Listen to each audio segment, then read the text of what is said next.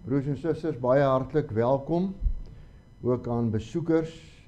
Ons is so dankbaar dat ons nou sien die swaalkies het weer teruggekom en ons besoekers van ons bekende gesigte wat elke jaar vir ons kom kuier, baie hartlik welkom ook aan u. Kom ons verklaar nou saam ook die woorde van Psalm 121. Ons hulp kom van die Here wat hemel en aarde gemaak het en wat trou bly tot in ewigheid. En dan ontvang ons die seën van die Here op hierdie verklaring. Genade, barmhartigheid en vrede van God ons Vader en ons Here Jesus Christus deur die kragvolle werking van die Heilige Gees. Amen. Ons eerste psalm, lofpsalm, Psalm 45, waarvan ons van die koningskap van ons Here sing, en ons sal ook op hierdie aspek dat Christus koning is, ook in die prediking in die besonder fokus. Psalm 45, die eerste vers, my hart ontroer deur mymering. Nou mymering beteken oorpeinsing of oordenking. My hart ontroer deur mymering, sal lieflik van 'n koning sing, my tong deur digvuur aangedryf. Nou digvuur aangedryf beteken eintlik maar die drang om te dig, is soos 'n pen wat vaardig skryf. En ook die 6de vers sing ons, u koning van so ryksgebied het God met vreugde salf oorgiet. Dan die 10de vers, gee dan die koning groot van mag op jou en op jou skoonheid ag. Die dogter wat die bruidsroep hoor, die kerk van ons Here Jesus Christus. Psalm 45 vers 1, 6 en 10, waarna ons saam ons geloof bely.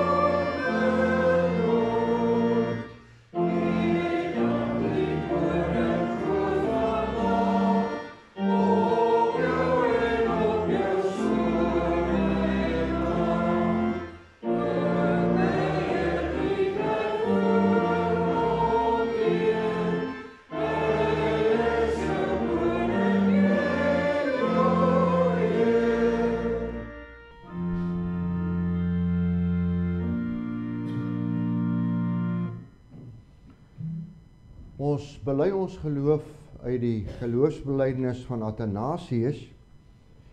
Nou dit is 'n redelike lang geloofsbelijdenis, maar die geloofsbelijdenis van Athanasius en Nicea loop hand aan hand, in die sin dat Athanasius met dieselfde probleme en dieselfde kettery en dwaalleer in daardie tyd gesit het as wat Nicea en dan ook die synode van Konstantinopel mee gesit het. Die eerste deel van die geloofsbelijdenis handel oor die drie-eenheid. Hoe moet ons die drie-eenheid verstaan? Wat ook 'n kerkstryd op daardie stadium was. En dan die laaste deel van die geloofsbelijdenis, artikel 29 tot 44, handel dan oor Christus en die godheid van Christus, wat ook op daardie stadium, veral by Nicea, 'n groot probleem was teen die dwaalleer Arius. En ons sal in die prediking in die besonder ook dan klem lê op hoe beskryf Johannes 1 vir Christus. Kom ons bely dan saam wat die geloofsbelijdenis van Athanasius dan bely oor Christus. Maar vir die ewige saligheid is dit nodig dat hy, dis die gelowige, ook getrou aan die menswording van ons Here Jesus Christus moet glo. So 'n regte geloof dan, ons glo en bely dat ons Here Jesus Christus, die Seun van God, tegelyk God en mens is. Hy is God uit die wese van die Vader, voor alle tye gegenereer, en mens uit die wese van sy moeder, in die tyd gebore. Volkome God, volkome mens met 'n redelike siel en menslike vlees, na die Godheid aan die Vader gelyk, na die mensheid minder as die Vader. En hoewel hy God en mens is hy nogtans nie twee nie, maar een Christus. Hy is een, nie deur die verandering van die Godheid in die vlees nie, maar deur die aanneming van die mensheid in God. Hy is in alle opsigte een, nie deur die vermenging van die wese nie, maar deur die eenheid van die persoon. Want soos die redelike siel in die vlees een mens is, so is God en mens een Christus, wat terwille van ons saligheid gelei het en begrawe is. Hy het die lyding van die hel ondergaan, op die derde dag het hy uit die dood opgestaan, na die hemel opgevaar en aan die regterhand van God die Almagtige Vader gaan sit. Daarvandaan sal hy kom om die lewendes en die dooies te oordeel. By sy koms sal alle mense met hulle liggame opstaan en van hulle eie werke rekenskap gee.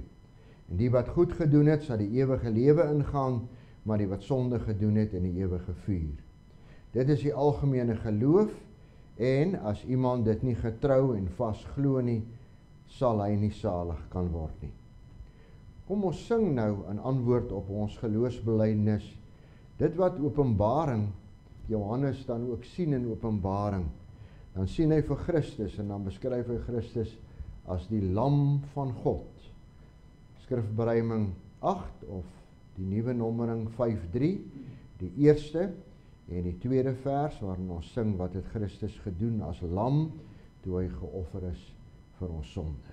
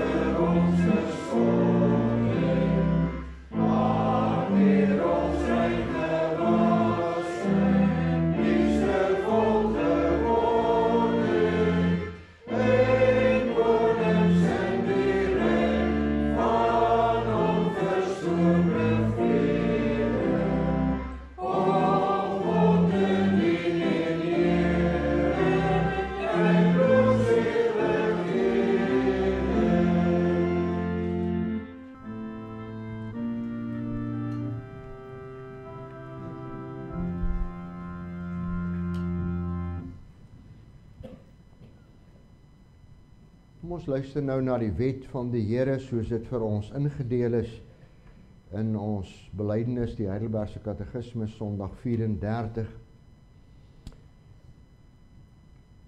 God het al hierdie woorde gespreek in Eksodus 20 en Deuteronomium 5. Ek is die Here, jou God, wat jou uit Egipte land, uit die slawehuis uitgelei het. Die eerste gebod, jy mag geen ander gode voor my aangesig hê nie. Die tweede gebod, jy mag vir jou geen gesnede beeld of enige gelykenis maak van wat bo in die hemel is, of van wat onder op die aarde is, of van wat in die waters onder die aarde is nie. Jy mag jou voor hulle nie neerbuig en nie dien nie, want ek die Here jou God is 'n jaloerse God, wat die misdaad van die vaders besoek aan die kinders, aan die derde en die vierde geslag van die wat my haat. En ek bewys barmhartigheid aan duisende van die wat my liefhet en my gebooie onderhou. Die derde gebod, jy mag die naam van die Here jou God nie uitelik gebruik nie, want die Here sal die een wat sy naam uitelik gebruik, nie ongestraf laat bly nie. Die vierde gebod, gedenk die Sabbatdag, dat jy dit heilig, 6 dae moet jy arbei en al jou werk doen, maar die 7de dag is die Sabbat van die Here jou God, dan mag jy geen werk doen nie. Jy of jou seun of jou dogter, jou diensknegt, jou diensmaagd, of jou vee of jou vreemdeling, wat in jou poorte is nie. Want in 6 dae het die Here die hemel en die aarde gemaak, die see en alles wat daarin is, en op die 7de dag het hy gerus. Daarom het die Here die Sabbatdag geseën en dit geheilig. Die 5de gebod, eer jou vader en jou moeder, dat jou dae verleng mag word in die land wat die Here jou God aan jou gee. 6de gebod, jy mag nie doodslaan nie. 7de gebod, jy mag nie egbreek nie. 8ste gebod, jy mag nie steel nie. 9de gebod, jy mag geen valse getuienis teen jou naaste spreek nie. Die 10de gebod, jy mag nie jou naaste se huis begeer nie. Jy mag nie jou naaste se vrou begeer nie, of sy diensknegt of sy diensmaagd, sy os of sy esel, of iets wat van jou naaste is nie. Ons antwoord op die wet van die Here, Psalm 50, vers 8, en dan ook die 11de vers. Psalm 50, vers 8, vers 11. Die 8ste vers lees ons van dat die Here vra, my heilighede in jou mond, terwyl jy tog my roede haat. Nou, vir ons kinders weer roede, is 'n lat of 'n rottang of 'n slaanding. Vers 8 en vers 11.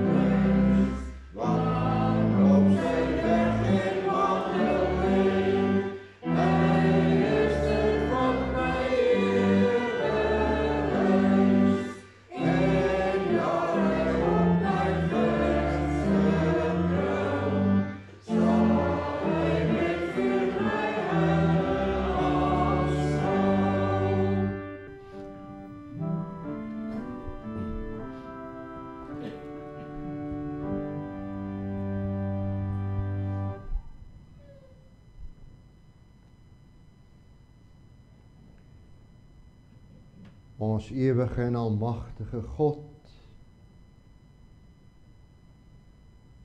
wat 'n wonderlike voorreg om weer vanoggend saam in u huis bymekaar te kan kom. En ons dank en ons loof u dat u ook deur die werking van die Heilige Gees hierdie drang in ons lê. Ja, want uit ons eie uit sal ons nie hier wees nie. Soveel ander dinge wat ons kan doen, ons lewe in beslag kan neem. Maar die feit dat ons juis hier is, daarvoor al die eer en die lof en die dank aan u.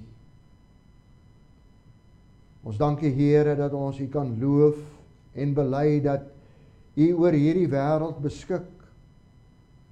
Ja, niks gebeur. Al verstaan ons Nie die wonderlike van Christus se uitspraak, dat selfs geen haar van ons hoof sal val, as dit nie U wil is nie. Dat U as drie-enige God alles bestuur en rig en lei, alles geskape het, alles voortgebring het deur U woord. En dat U dit rig en lei na 'n bepaalde einde. Daarvoor loof en dank ons U, want U is groot. Ons kan U grootheid nooit besef, beskryf nie. Ons klein menslike verstand kan nooit U heerlikheid omvat nie. Maar ons dank U, Here, dat ja, selfs te midde van dit wat ons hoor in U wet, elke gebod wat ons oortree,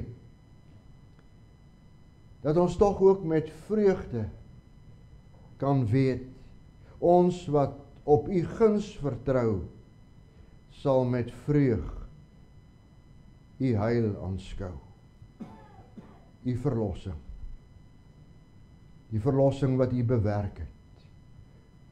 Die waarheid wat waarheid geword het in Christus, toe die moederbelofte, die een wat die kop van die slang gaan vermorsel, gebore is. Hierdie heerlike heilsfeit wat ons ook hierdie maand bely, wat ons ook saam as families ook kan wees. Ek kan bely dat ons Here Jesus Christus werklik gekom het volgens die skrifte. Ons wil ook bid, Here, dat U met elkeen van ons sal wees. Dankie vir hulle wat ook vanoggend hier saam met ons is, wat 'n rustyd geniet van hulle werk en hulle arbeid hierdie jaar. En ons dankie vir al U seëninge en al U genade wat U ook aan ons gemeente skenk. U is goed, Here, en U goedheid het geen einde nie. U sorg vir ons, U dra, U lei ons. Steeds voeg U ook gelowiges by hierdie gemeente, sodat ons ook daarin U goedheid kan sien, hoe dat hierdie liggaam van ons Here Jesus Christus ook groei tot die verheerliking van U naam. Daarom bid ons ook dat U met elkeen sal wees. U ken ons harte, U ken die stryd, U ken hartseer, U ken vreugde, ook van nuwe lewensjare wat U ook gee. Daarvoor dank ons U. Daarvoor is ons saam met hulle ook dankbaar. Ons wil ook bid dat U elkeen sal ondersteun, dat U hulle sal lei, hulle wat siek is, ver op hulle lewenspad, dat U hulle in die holte van U hand sal vashou. En ons bid ook vir die uitbreiding van die evangelie, dat U ook sal wees, nog steeds ook hulle sal roep wat U woord wil verkondig, sodat hierdie evangelie ook verkondig kan word tot aan die eindes van die aarde, en dat die volheid mag kom, waarna U kerk ook roep saam met die Gees, kom Here Jesus, ja, kom gou. Lei ons ook dan nou, gee dat U woord ook vir ons leiding gee, vertroosting gee, krag gee, en dat U woord ook vir ons dieper in U geloof lei. Ons vra dit om Christus wil. Amen.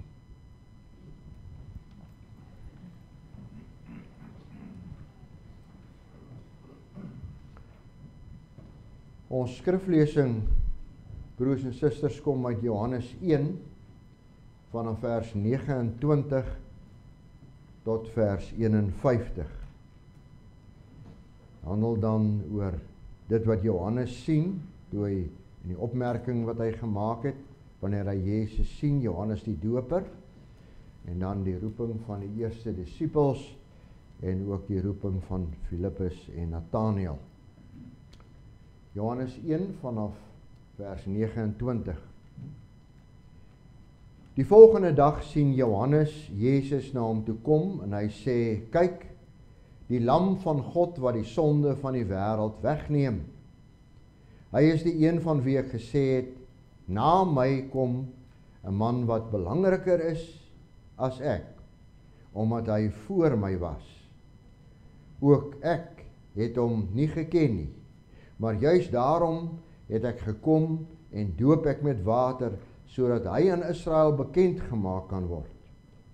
En Johannes het getuig, ek het die Gees uit die hemel sien neerdal soos 'n duif, en hy het op hom gebly. Ook het ek hom nie geken nie, maar hy wat my gestuur het om met water te doop, hy het vir my gesê, hy op wie jy die Gees sien neerdal en bly, dit is hy wat met die Heilige Gees doop, en ek het gesien en getuig, hy is die Seun van God. Die volgende dag het Johannes en 2 van sy disippels weer daar gestaan. Toe Jezus verbyloop, het hy stipt na Jezus gekyk en gesê, kyk die lam van God. Die 2 disippels het hom dit hoor sê en hulle het Jezus gevolg. Toe Jezus omdraai en hulle hom sien volg, vra hy hulle, wat wil julle hê? En hulle het hom geantwoord, Rabbi, wat as dit vertaal word beteken meester, waar bly u? Hy sê toe vir hulle, kom kyk. Hulle het toe gegaan en gesien waar hy tuis gaan, en hulle het die dag by hom gebly. Dit was omstreeks die 10de uur. Andreas, die broer van Simon Petrus, was een van die 2 wat gehoor het wat Johannes sê en Jezus gevolg het. Hy het sy broer Simon eers teëgekom en dit vir hom gesê, ons het die Messias gevind. Dit is, as dit vertaal word, Christus. Hy het hom na Jezus geneem. Jezus het stipt na hom gekyk en gesê, jy is Simon, die seun van Johannes. Jy sal Sefas genoem word, wat vertaal word, Petrus. Die volgende dag het Jezus besluit om na Galilea te gaan. En toe hy Filippus teekom, sê hy vir hom, volg my. Filippus was afkomstig van Betsaida, die tuisdorp van Andreas en Petrus. Filippus loop toe vir Nathanael raak en sê vir hom, ons het hom gevind van wie Moses in die wet geskryf het, en ook die profete, Jezus wat van Nasaret kom, die seun van Josef.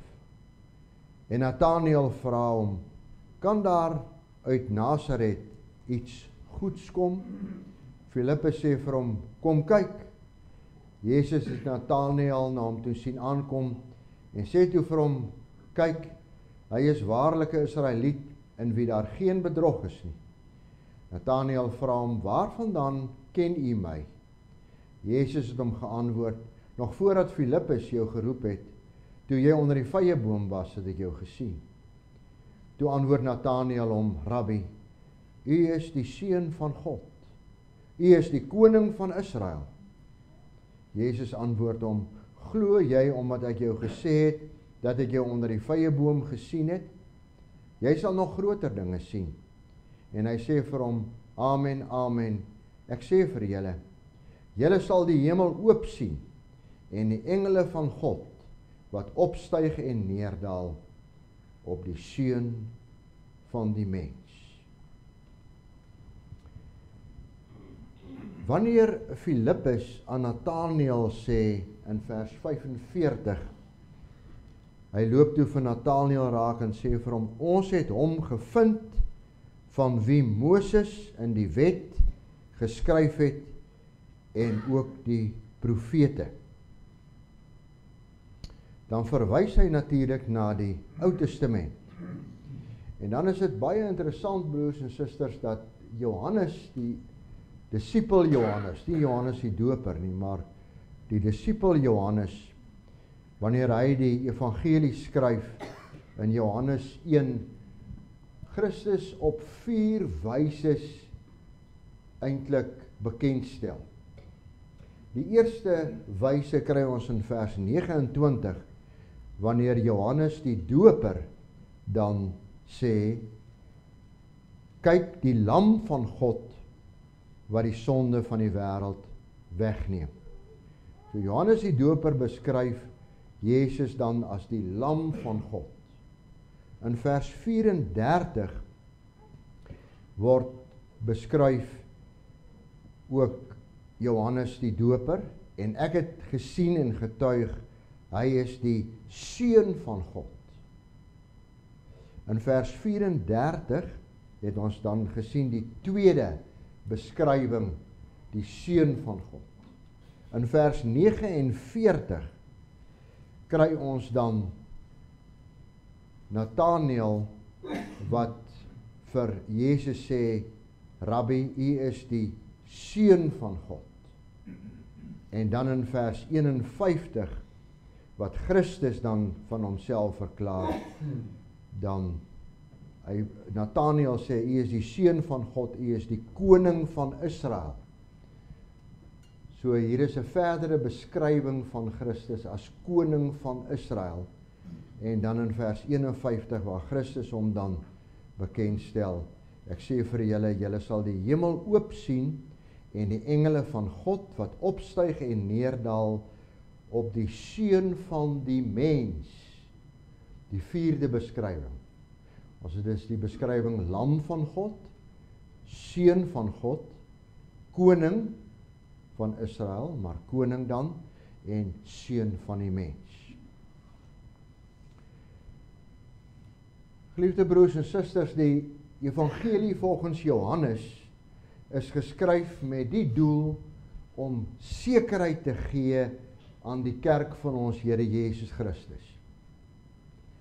Veral in ons tyd waarin ons leef, waarin daar so baie onsekerhede geskep word, is hierdie brief dus 'n baie belangrike brief wat sekerheid gee. En daarom, wanneer ons gaan kyk na die doel van die brief, die doel van die Johannesbrief, Johannes dan nou onderskeidend van Johannes die Doper, Johannes die disipel van Jesus Christus, wat dan ook uiteindelik die Openbaringbrief geskryf het, die Openbaring op Patmos ontvang het, dan skryf hy die doel van sy brief in Johannes 20 vers 30 en 31.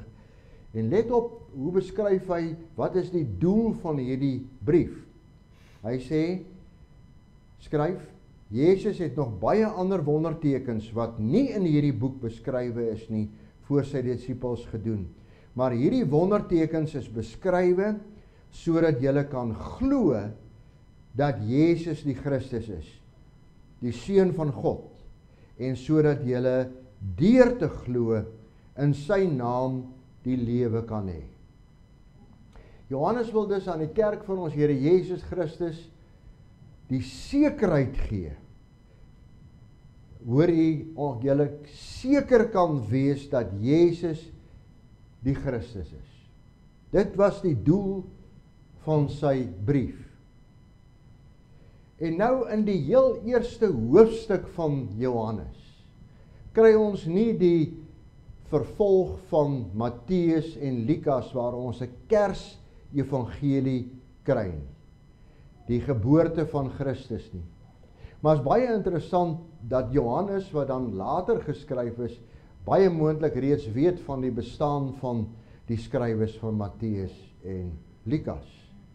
Maar dat hy op 'n ander manier sy evangeliebeskrywing, gelei deur die Heilige Gees, aanpak. En in die heel eerste hoofstuk sê hy vir ons, wie is hierdie kind wat gebore is?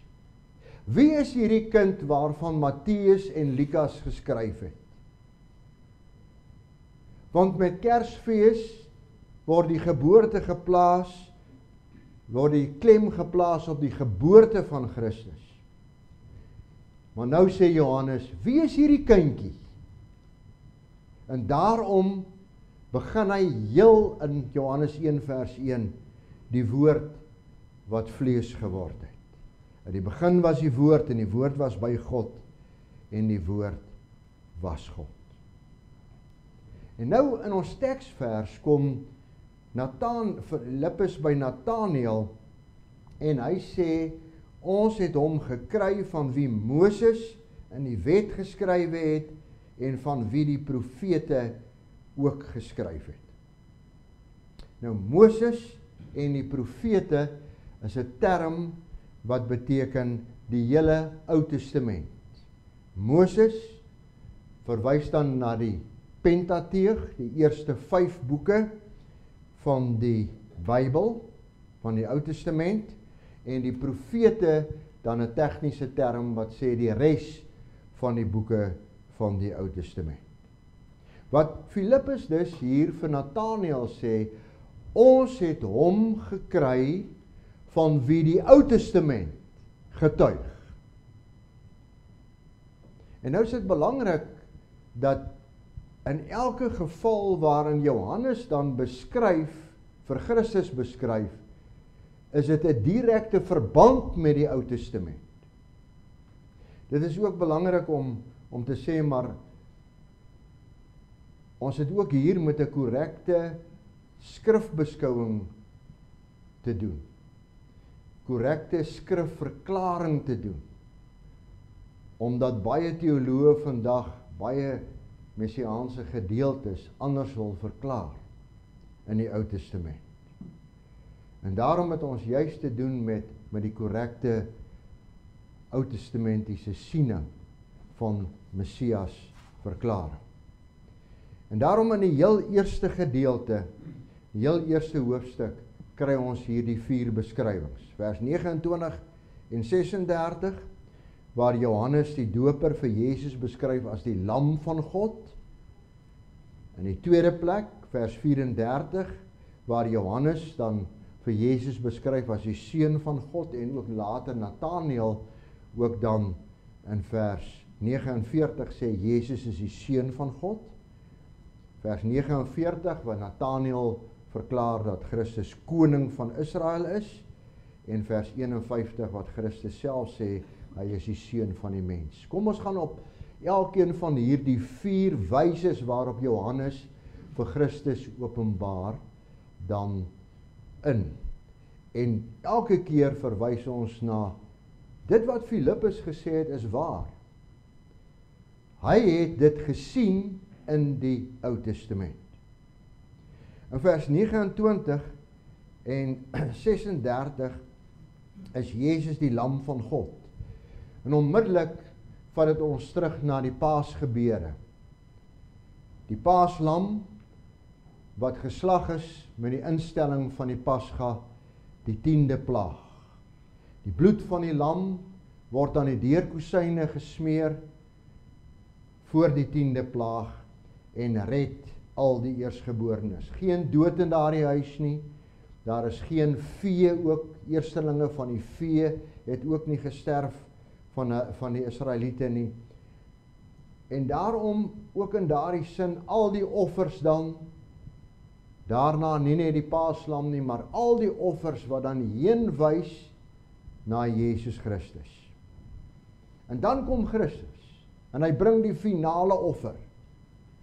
In Hebreërs 10 vers 10 verklaar, omdat God dit so wou, is ons vir hom afgesonder deurdat Jesus Christus sy liggaam as offer gebring het, eens en vir altyd.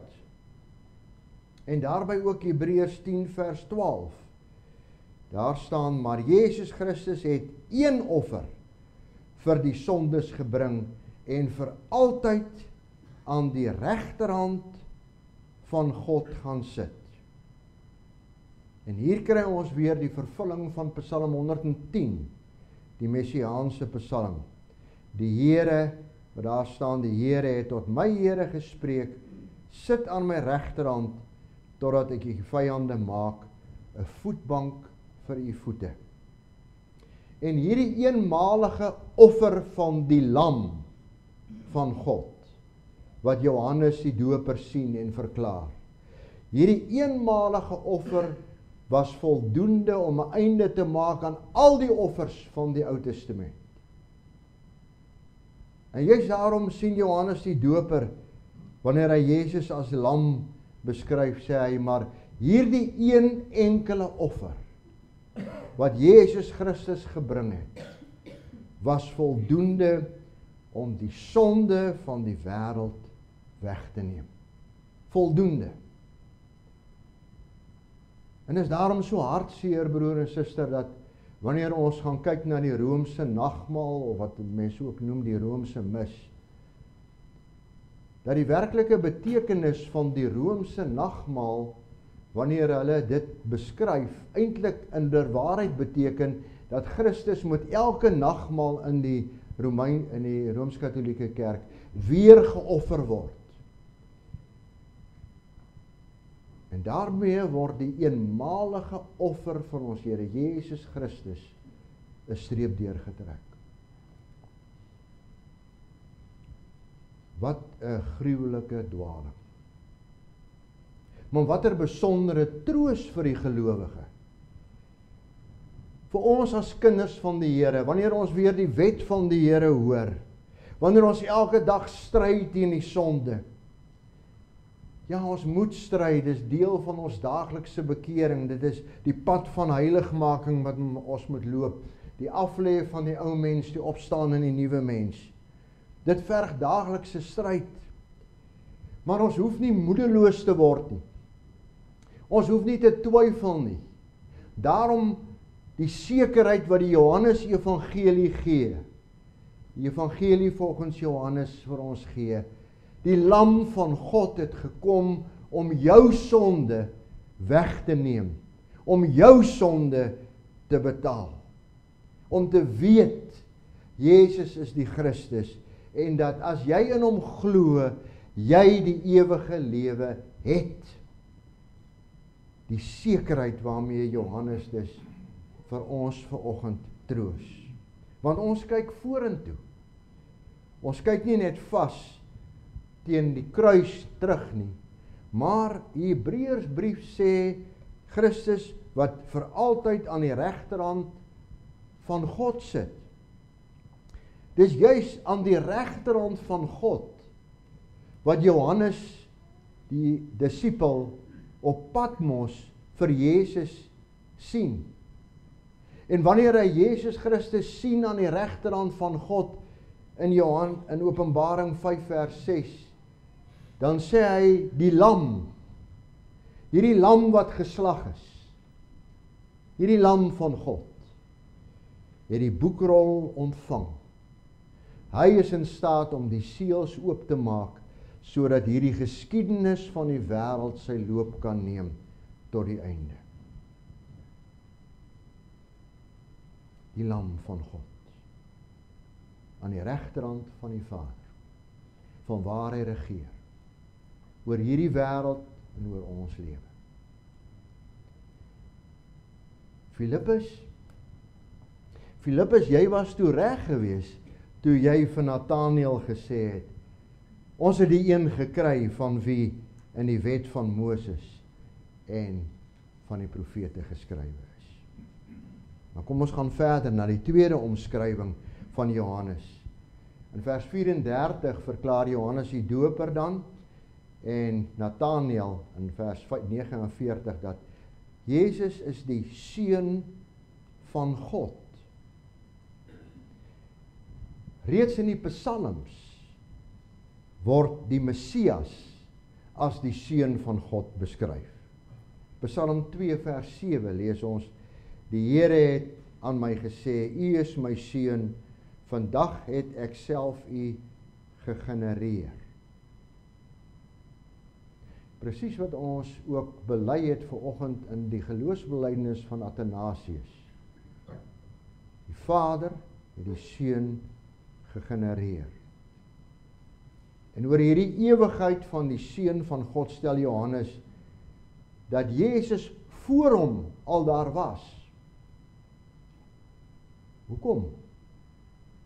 Want Johannes die doper is eerste gebore en Jesus na Johannes die doper in Bethlehem.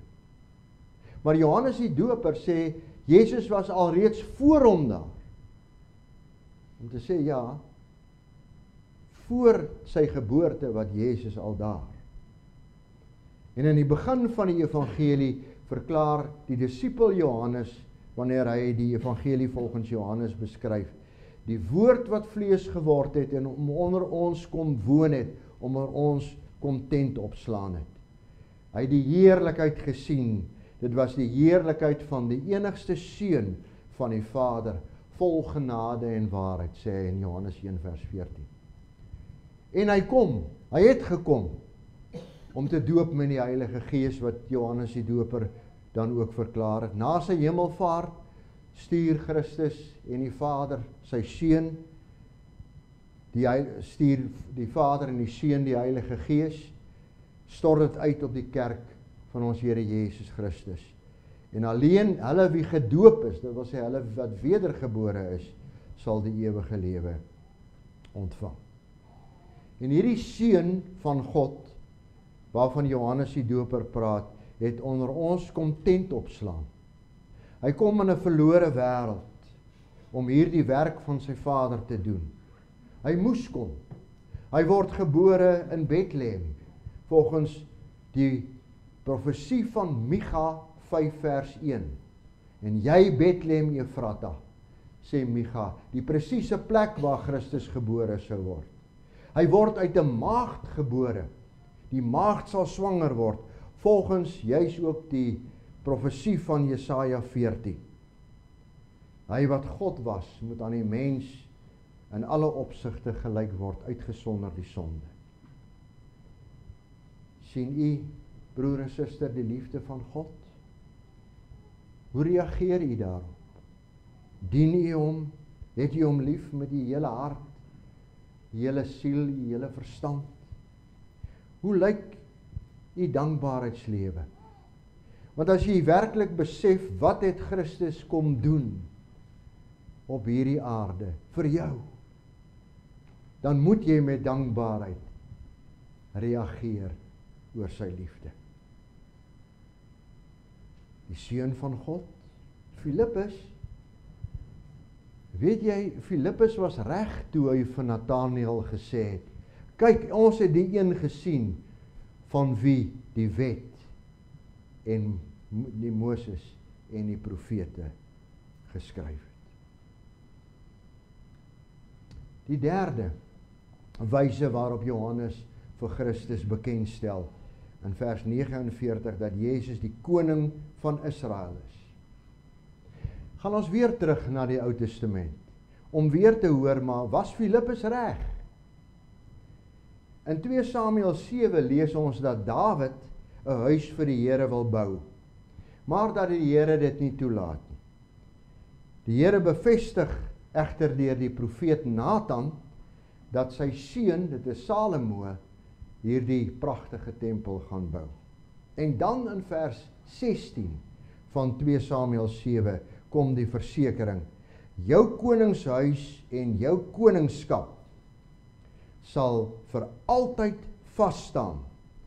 Jou troon sal altyd voortbestaan. Jou troon sal altyd voortbestaan. En nou lees ons in Matteus 1 vers 1 die geslagregister van ons Here Jesus Christus. En luister na hoe hy dit kort opsom. Hy sê, Christus, die seun van Dawid, die seun van Abraham. Net die interessante opmerking. Hierdie geslagregister trek 'n besondere lyn van Abraham, met wie die Here 'n verbond gesluit het. En in hierdie verbond lê ook die verbondsbeloftes van die koms van die middelaar van die verbond van die Nuwe Testament, Christus. Maar hierdie geslagregister van Jesus Christus, die seun van Dawid, die seun van Abraham, is baie interessant. Ek noem dit net vir dalk interessantheid. Want wanneer 'n mens gaan kyk na die 3 seuns van Noag, Sem, Gam en Jafet, dan kry 'n mens die interessante dat in Genesis 6 word die geslagregister van Sem dan beskryf. Van Noag se tyd af, Sem, en gaan dit deur na uiteindelik Tera toe, die vader van Abraham, en dan Abraham self. Abraham was 'n Semiet. Abraham was 'n Semiet. Dit wil sê, Dawid was ook 'n Semiet. Dit beteken, Christus, gebore uit die geslag van Abraham en Dawid, is ook 'n Semiet. En nou kry ons vandag geweldige, baie sterk antisemitiese propaganda.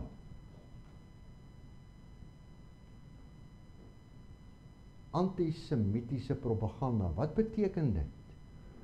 Kortliks sê hulle, ja goed, die Semiete is die Jode. Antisemitiese propaganda teen die nakomelinge van Abraham, Isak en Jakob. Maar gaan kyk 'n bietjie mooi, broer en suster, wat gaan hier gebeur? Wat gebeur hier in hierdie wêreld vandag? Want die groepe wat die hardste skree, antisemitiese groepe wat die hardste skree, is ook mense wat nie Christus bely nie. Onder andere die moslems. En daarom kan ons vra, waar trek ons nou die lyn? Is hierdie antisemitiese klanke wat ons vandag hoor, net teen die Jode, of ook teen die Semiet Christus? Het ons nie ook hier 'n anti-christelike propaganda in die wêreld? Ek vra maar. Mens kan nie anders as om dalk jou kop te knik. Hierdie ewige koning is gebore in Bethlehem. Hy kom as koning na sy volk. En daarom is daar die kruistitel so waar. Bo aan die kruis van Jesus Christus staan daar geskrywe in 3 tale, sodat almal kan lees, almal kan weet, Jesus, die koning van die Jode. Jesus, die een waarvan die Ou Testament getuig. En wanneer hy uit die dood uit opstaan, dan verklaar hy sy ewige koningskap. Aan my is gegee alle mag in die hemel en op die aarde. Besef jy die troos? Besef jy die wonderlike troos? Ons koning het alle mag, soveel so geen haar van jou hoof val as dit nie sy wil is nie. Hy bestuur elkeen van ons se lewe. Hy bestuur hierdie kerk, sy kerk, nie ons kerk nie, sy kerk. Ons is sy liggaam. Hy bestuur ons na die ewige lewe. Hy bestuur elkeen van ons se lewe. Glo u in hierdie koning, vertrou u hierdie koning, dat hy u lewe en alles wat rondom u is, vashou. As daar swaar stryd kom, as daar beproewinge kom, selfs as daar vervolging kom, van antisemitiese groepe in die laaste dae, gaan hy jou vashou. Filippus, weet jy Filippus, jy was reg toe jy vir Nathanael gesê het, hy is die een van wie in die wet van Moses en van wie die profete geskrywe is. Jy het hom gekry. Die 4de versekering wat Johannes vir ons sê is, Christus self wat in vers 51 verklaar, hy is die seun van die mens. En hierdie besondere selfopenbaring van Christus in die 4de plek is enorm ryk in betekenis. Net om te noem, die begrip seun van die mens kom 83 keer net in die 4 evangelies voor. So hierdie begrip het 'n besondere lading. En die seun van die mens is die Ou Testamentiese beskrywing van die Messias. Dit is dus 'n vervulling van wat in die Ou Testament staan, in die besonder in Daniël 7 vers 13. Wat Daniël 7 vers 13 en Daniël dan daardie vergesig sien van die seun van die mens. Maar as Christus nou verder praat in vers 51 en sê, julle sal die hemel oop sien en die engele van God wat opstyg en neerdal op die seun van die mens, dan is hier 'n interessante terugspeling na dit wat met Jakob gebeur het in Bethel. Ons lees in Genesis 28 dat Jakob die droom gehad het in Bethel. En dan droom Jakob, hier's 'n leer, en die engele gaan op en af in hierdie leer. Maar wat nie aan Jakob geopenbaar is nie, is wie is hierdie leer? Christus sê, hy is die leer. Hy is die verbinding tussen aarde en hemel. Hierdie leer staan op Golgotha. Die hemel staan geopen, blywend, altyd deur.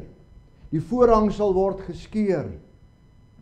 En met 'n plegtige amen, amen kom Christus en verklaar dat die leer, die verbinding tussen hemel en aarde, dit is sy majesteitelike heersende heerlikheid.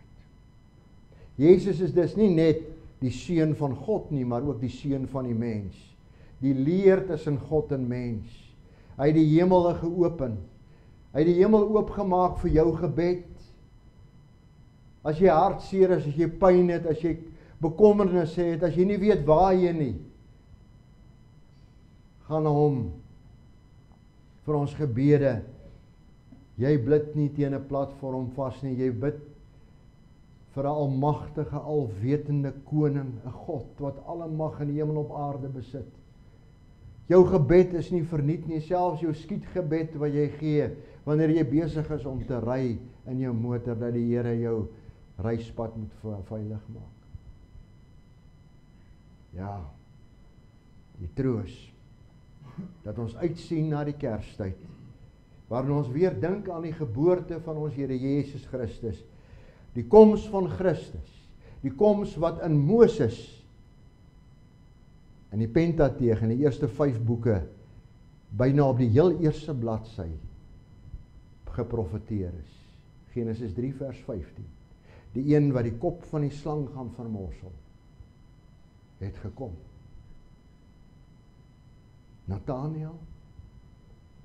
Nathanael, weet jy, Filippus is reg. Hy is die een van wie in die wet van Moses en die profete geskrywe is.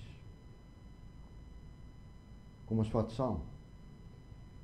Die Evangelie van Johannes wil ons dus op 4 wyses uit die Ou Testament uit dubbel verseker dat Jesus Christus waarlik die Messias is.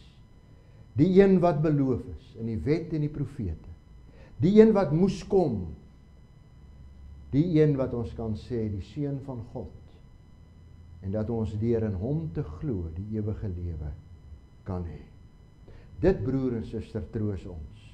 Die Messias, soos voorspel in die Ou Testament, het gekom. Hy is die lam. Hy is die koning. Hy is die seun van God. Hy is die seun van die mens. Glo in hom. Amen. Kom ons dank saam. Ons dank U, o Here, ons God, vir 'n heerlike evangelie, 'n blye boodskap. 'n troostvolle boodskap, 'n boodskap wat ons weer verseker om onder alle omstandighede op U te vertrou. En nooit te twyfel. Vas en seker te weet dat die evangelie waarlik die evangelie is. En dat ons wie in hom glo die sekerheid kan hê van 'n ewige lewe. Ons dank U, Here, vir hierdie sekerheid in 'n baie onseker wêreld. Vertroos en versterk ons, sodat ons elke dag net ons oë op U gerig sal hou en op U alleen sal vertrou. Seën ons ook in hierdie week wat ons ingegaan het. Here, laat U genade, U goedheid, U guns tog ook op ons rus. Om Christus wil. Amen. Skrifberuiming 8 of 5:3. Ons sing die 4de en die 5de vers, die sondelose lam vir sonde skuld geslag, is waardig om te ontvang die rykdom, wysheid, krag en eer en heerlikheid en dankbare seëninge. Hierdie lied van die Lam, volgens Openbaring 5, vers 9 tot 14.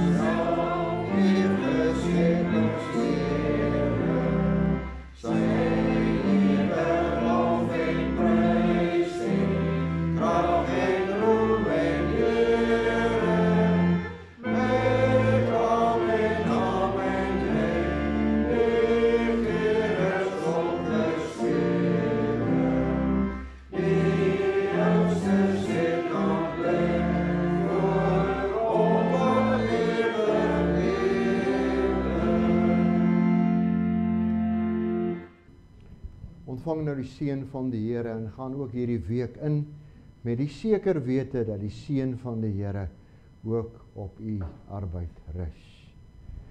Die genade van ons Here Jesus Christus en die liefde van God en die gemeenskap van die Heilige Gees bly met julle almal.